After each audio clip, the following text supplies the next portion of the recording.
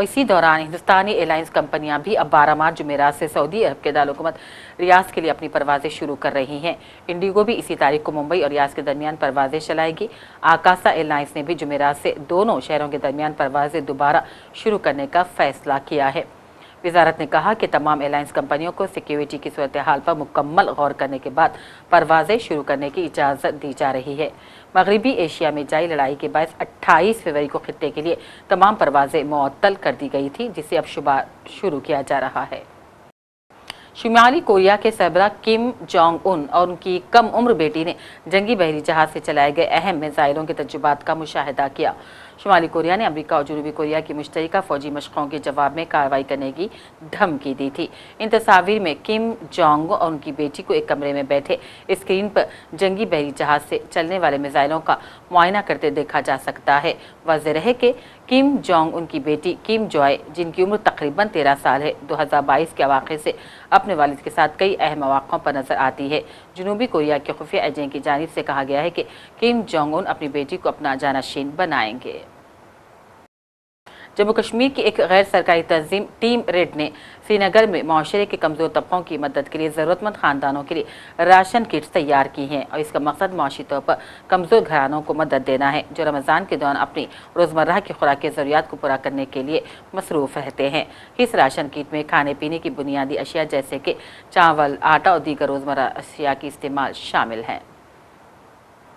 اس سال رمضان کے مہینے میں جیسے کہ آپ سب کو پتہ ہے کہ رمضان صرف روزے رکھنے کا ہی مہینہ نہیں ہے بلکہ انسانیت کا بھی مہینہ ہے، تو اس چیز کو مد نظر رکھ کے ہم اس سال بھی جو ہے راشن ڈسٹریبیوشن کا پروگرام ہم نے رکھا ہے، اور ہمارے تمام والنٹیئرز، تمام ممبرز، تمام ساتھی آج جو راشن کا پیکنگ کریں گے، اور جو نہایتی فیملیز ہیں ایسی جن کو نیڈ ہے تو ان کو جا کے پھر ہم ڈسٹریبیوٹ کریں گے۔ تو فی الحال ہم نے جو ہمارا بیسک راشن کا کٹ رہتا ہے اس میں ہمارا آٹا رہتا ہے، چائے رہتی ہے، مرچی، ہلدی، چینی، نمک، جو بیسک نیسیسٹیز ہیں ایک ہاؤس ہولڈ کی، تو وہ ہم آج پیک کریں گے، اور ابھی آپ کو دکھائیں گے کیسے ہم پیک کر رہے ہیں اس کو۔ ہمارا سارا آج کا جو یہ راشن ہے یہ ان لوگوں کے لیے ہے جن کے پاس افطار کرنے کے لیے کھجور اور پانی کے علاوہ کچھ نہیں ہوتا ہے۔ یہ اتنا ہی نہیں ہے کہ جس ہم ایک پلیٹ فارم دے رہے ہیں یوتھ کو آنے کے لیے، یہ ان تک کی میسیج ہے کہ جو لوگ بولتے ہیں کہ آپ لوگ سوشل میڈیا پہ کیوں اپلوڈ کرتے ہیں، اٹ از جسٹ 10% جو ہم اپلوڈ کرتے ہیں سوشل میڈیا پہ، 90% جو ہے جو وہ آپ لوگ it is behind the curtains, no one knows کہ ہم کیا کرتے ہیں، کیسے کرتے ہیں، کس تک پہنچاتے ہیں۔ یہ ہم ایک آئیڈیا دے رہے ہیں بچوں کو، یوتھ کو، کہ آپ گھر بیٹھ کے بھی کسی کی مدد کر سکتے ہیں۔ اب آپ خود سوچئے، اگر ہماری پلیٹ میں 10 کھجور ہوتے ہیں، ہم اس 10 کھجور میں سے 1 کھجور خود کو کھاتے اور 10 باقی 9 بانٹ دیتے ہیں۔ اب جتنی خوشی تب ہوتی ہے، شاید اتنی خوشی کوئی چیز حاصل ہونے پر بھی نہیں ہوتی، اور جتنی دعائیں ہمیں ملتی ہیں at the end of the day, ہمیں اس دنیا سے کچھ بھی ساتھ لے کے نہیں جانا ہے، صرف لوگوں کی دعائیں اور ہمارے اعمال لے کے جانا، اور مجھے لگتا ہے کہ یہ چیز اس دنیا کے لیے بھی ہے اور آخرت کے لیے بھی۔ آخر میں لائنز پر ڈالتے ہیں ایک اور نظر۔ ایران امریکہ اسرائیل جنگ 12ویں دن میں داخل، حملوں کا سلسلہ جاری، 1300 سے زائد ایرانی جاں بحق، ہزاروں عمارتیں تباہ۔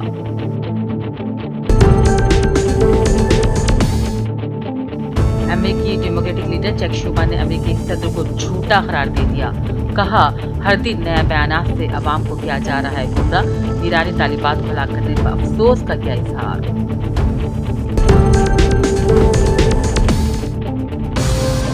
ایران جنگ جلد ختم ہونے کی خبروں کے درمیان تیل کی قیمتوں میں کمی کا رجحان برقرار، عالمی مارکیٹ میں تیل کی قیمتیں آج مزید گر گئی۔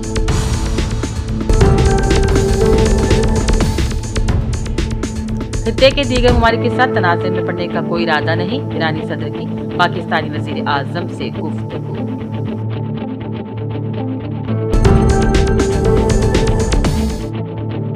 لبنان میں ایک دن میں 1 لاکھ افراد بے گھر، اقوام متحدہ نے جتائی تشویش، ایران جنگ کے بعد سے لبنان میں زندگیوں میں شدید خلل۔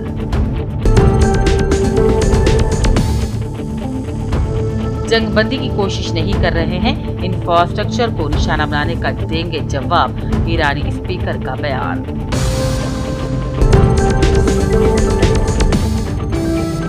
اور انڈین ایئر لائنس کمپنیوں کی جانب سے جمعرات کے دن سے ریاض کے لیے پروازیں دوبارہ شروع۔